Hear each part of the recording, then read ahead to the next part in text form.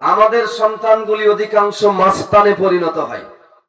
তার মাথার চুল, তার পোশাক, বেদিনদের 10 নম্বরের গেঞ্জি গায়ে দেওয়া, প্যান্টের স্টাইল, জুতার স্টাইল দেখলে মনে হয় না সে মুসলমানের ঘরের বাচ্চা মুসলমান, মনে হয় কোন এক বিজাতীয় অমুসলিমদের ঘরের এক সন্তান।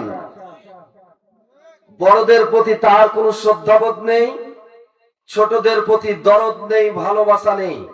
গ্রামে চলে বুক ফুলিয়ে, মাথার চুল উড়িয়ে, মনে হয় কোন আকাশ থেকে যেন এক ডন আবিষ্কার হয়েছে, এরকম কিনা?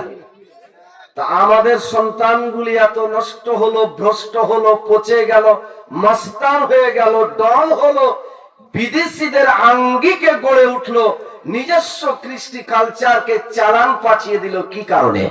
এটার কারণ কি? এটার জন্য দায়ী কে? পিতামাতা না? এটার জন্য সবচেয়ে বড় দায়ী হলো পিতামাতা। কারণ তারা শুধু জন্ম দিয়ে ছেড়ে দিয়েছে, জন্ম দেওয়ার পর তাদের যে আদব আখলাক, সুশিক্ষা দেওয়ার কথা ছিল সেটা দিতে ব্যর্থ হয়েছে।